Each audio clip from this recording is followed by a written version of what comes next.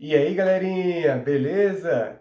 Lembra aquela vez que o rei de Portugal, Dom João III, mandou a expedição Martim Afonso em 1532 para colonizar o Brasil? Não lembra, né? Então vem comigo e vamos conferir essa juntos. Chama a vinheta!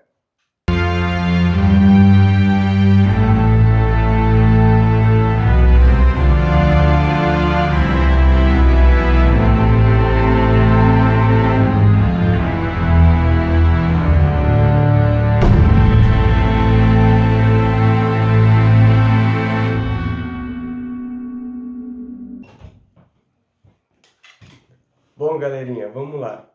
Antes de começar esse vídeo, tenho que me apresentar, né? Eu não me apresentei no último vídeo, certo? Então aqui vai. Eu me chamo Ellerson Moraes, tenho 26 anos, sou da cidade de Várzea Paulista, perto de Jundiaí, São Paulo. Sou graduado em História já, então o que eu falo aqui não é da boca para fora, certo? Eu também tenho estudo e eu também estudo ainda mais para poder fazer esse vídeo com qualidade e muita informação para vocês, certo? Então vamos ver. O último vídeo foi sobre descobrimento do Brasil e período pré-colonial, que vai estar aqui em cima no card, certo? E hoje vamos começar a falar sobre Brasil colonial, que se iniciou no ano de 1532.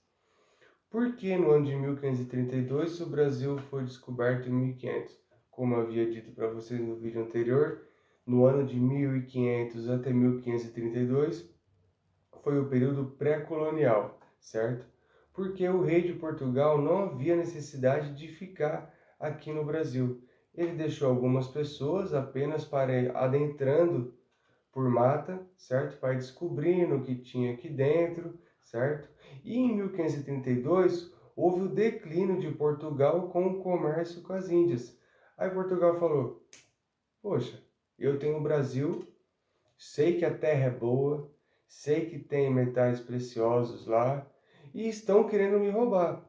Os franceses, os espanhóis, os holandeses, os ingleses, até mesmo piratas já estavam vindo aqui no Brasil roubando as coisas que a Portugal pertencia, certo? Então o rei de Portugal, Dom João III, criou uma expedição com o capitão Martim Afonso, certo?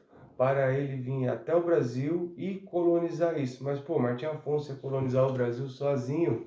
Não, Martim Afonso não iria colonizar o Brasil sozinho. Ele mandou Martim Afonso com mais algumas pessoas da baixa nobreza. Por que baixa nobreza, Wellerson? Porque o rei de Portugal também não tinha intenção de mandar a alta nobreza que estava em Portugal, certo? Porque senão a economia de Portugal iria por água abaixo e Portugal deixaria de ser uma potência daquela época como a Espanha já era. Então ele falou: eu não posso tirar as pessoas mais ricas desse meu estado. Eu também não posso mandar as mais pobres. As mais pobres não têm estudo, elas não sabem como comandar, não sabem mandar em pessoas, como que elas vão conseguir cuidar das terras, certo? E fazer que o Brasil se desenvolva. Não tem como isso acontecer, isso é óbvio. Então ele mandou a baixa nobreza, pessoas ricas, mas que não fariam falta em Portugal. E mandou capitães e diversas outras pessoas que tinham conhecimento e conseguiriam comandar as pessoas aqui no Brasil para a colonização, certo? E isso se chamaria de pessoas donatárias. No caso, cada um teria o seu pedacinho de terra. Mas, Wellerson, como que foi distribuída essas terras, certo? Foram 15 capitanias hereditárias. Por que hereditárias? Porque elas passam de pai para filho, certo? Então vamos lá. O Brasil estava dividido, se vocês lembram do primeiro vídeo, pelo Tratado de Tordesilhas. Então tá aqui. Aqui está a costa brasileira e aqui está o centro. Daqui para cá, Brasil, daqui para cá, terra dos espanhóis. E as terras foram divididas em 15 partes desta maneira aqui, certo? Do norte até o sul do Brasil. Foi dividido entre 15 pessoas, certo? E o responsável por essa expedição era Martim Afonso, beleza? Então, vamos para a próxima parte agora. Bom, com a chegada da expedição de Martim Afonso em 1532 aqui no Brasil, o que aconteceu? Martim Afonso foi distribuindo cada donatário no seu pedaço de terra, que foi estipulado pelo rei. O próprio Martim Afonso fundou a capitania de São Vicente, certo? Que depois acabou virando o estado de São Paulo, a começar. E tá, mas e aí? Deixou cada um no seu pedaço de terra e o que aconteceu? Como que foi feito? Aí as pessoas começaram a colonização, certo? Começaram a usar todos os recursos que tinham no seu pedaço de terra, começaram a escravizar os indígenas, porque isso foi autorizado pelo rei, começaram a trazer mais famílias de Portugal para vir ajudar, certo? E assim, cada um, o seu pedaço de terra, eles podiam dividir mais esses pedaços de terra para quem lhe fosse de confiança do capitão hereditário, certo?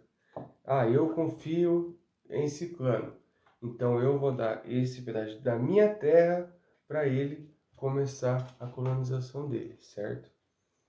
E assim foi continuando. Só que essa forma de governo por capitania hereditária não durou muito tempo. Como assim não durou muito tempo? O Brasil colonial durou bastante tempo. Mas como assim capitania hereditária não durou muito tempo? Não durou. Martim Afonso chegou aqui na expedição em 1532. O governo hereditário de capitanias caiu em declínio no ano de 1548. Ou seja, se a gente for ver, foram apenas 16 anos que durou as capitanias hereditárias. E com isso o rei de Portugal falou assim: bom, eles já pagam 10% por estar usufruindo de minha terra. Eu dei a ordem para que eles fossem colonizar.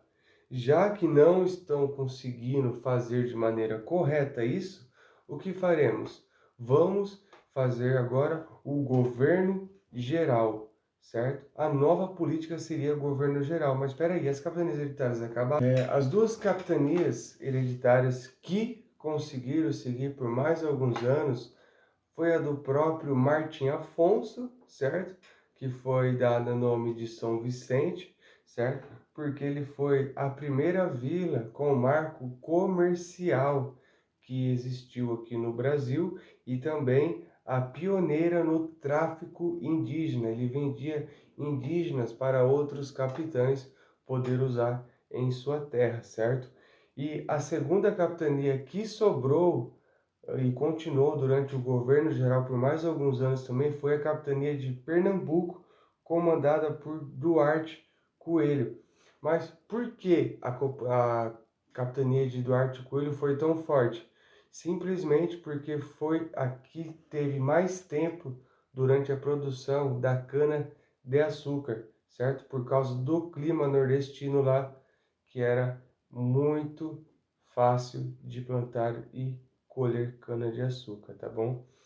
Esse governo geral, então, ele centralizou o poder, beleza? Como assim centralizou o poder? Ele tirou as capitanias hereditárias, centralizou o poder em um único lugar, certo? Só que para você centralizar o poder em um único lugar, deveria que ter um governador geral. Já que se trata-se de governo geral, então precisamos ter um governador geral, certo? O governador geral escolhido foi Tomé de Souza. E Tomé de Souza, você já deve ter escutado o nome dele alguma vez, ele que levou esse governo geral para o estado da Bahia, para ser mais específico, em Salvador. O segundo governador geral que assumiu pós Tomé de Souza foi Duarte da Costa. Esse aí não teve muitos feitos grandiosos, certo? Mas o terceiro sim. O terceiro é muito conhecido, vocês já devem ter escutado o nome dele por aí em história, que é o famoso capitão Men de Sá. Mendes Sá, ele fez um grande feito que foi expulsar os franceses daqui do Brasil, beleza? Tá, mas Wellerson, como que funcionava esse governo geral? Como que era esse sistema de política? Esse sistema existia três poderes. Mas peraí, Wellerson, o governo de hoje, a política, não é por três pilares também aqui no Brasil? O executivo, o legislativo e o judiciário? Sim, são esses três poderes, mas antigamente eram outros três poderes, certo? Que é o ouvidor-mor, ele é o que faz a justiça do governo, certo? O provedor-mor é o responsável pelo setor financeiro do governo e o capitão-mor, ele é responsável por toda a defesa da costa litorânea do Brasil, beleza? Então agora vamos para a próxima parte. Sabemos que tinha começado o governo geral, certo? Mas com a morte do Mendes Sá, que foi o terceiro governador geral até 1572, o Brasil foi dividido em dois governos, o governo norte e o governo sul. Governo norte com sede na Bahia, Salvador, certo? E o governo sul com sede no Rio de Janeiro. E depois tivemos mais alguns acontecimentos que foram mudando essa forma de governo, o jeito que ele acontecia, certo? Como, por exemplo, no ano de 1580, quando Portugal e todas as suas colônias ficaram sobre o domínio espanhol, certo? Então, o Brasil também ficou sob o domínio espanhol, porque teve a famosa junção bélica, unificação ibérica, né, que a gente fala. Isso a gente vai entrar sobre mais detalhes lá na frente, eu vou estar explicando melhor sobre essa unificação bélica, certo? E lá na frente, em 1774, certo?